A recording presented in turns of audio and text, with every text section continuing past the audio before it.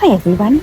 Well, as I've already told you, I was born in London and I grew up in a place called Streatham, which is in Surrey and not very far from the centre of London, maybe 20 minutes.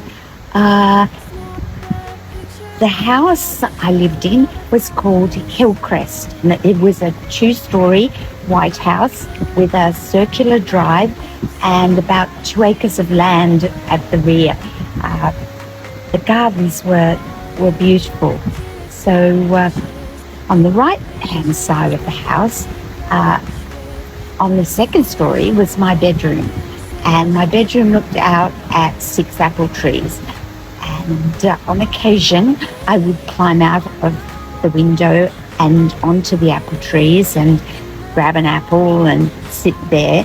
And I'd look down on my neighbours who had 2 boys, and they were pretty good looking.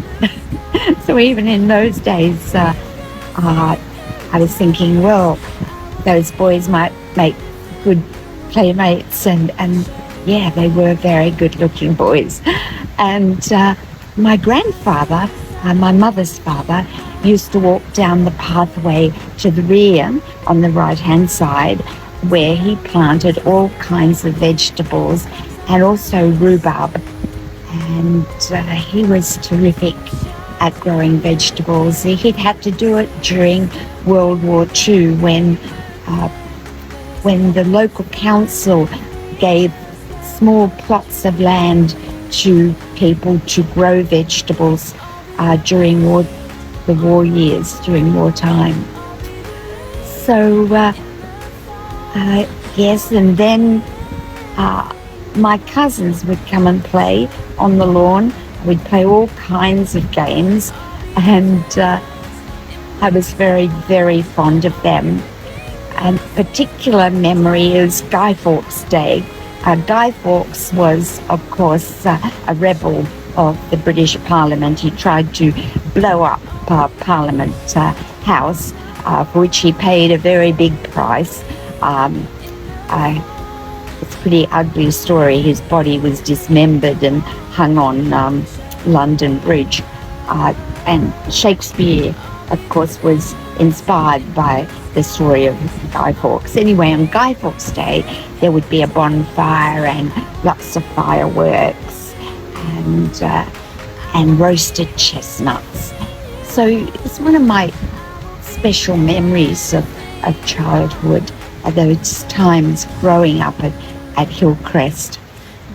I'll share a little bit more of Hillcrest as we go along, but that's a very special memory for me growing up there.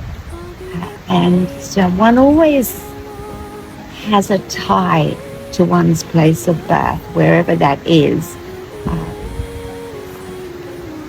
for some peculiar reason.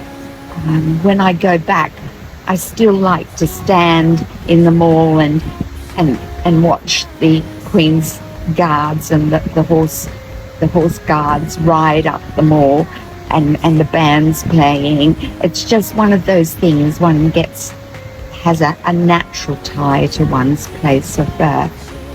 Anyway, that's all for now. I miss China dreadfully. I miss you terribly, and please know that. And I cherish my 3 months in China. And you're all very close to my heart. Lots of love now.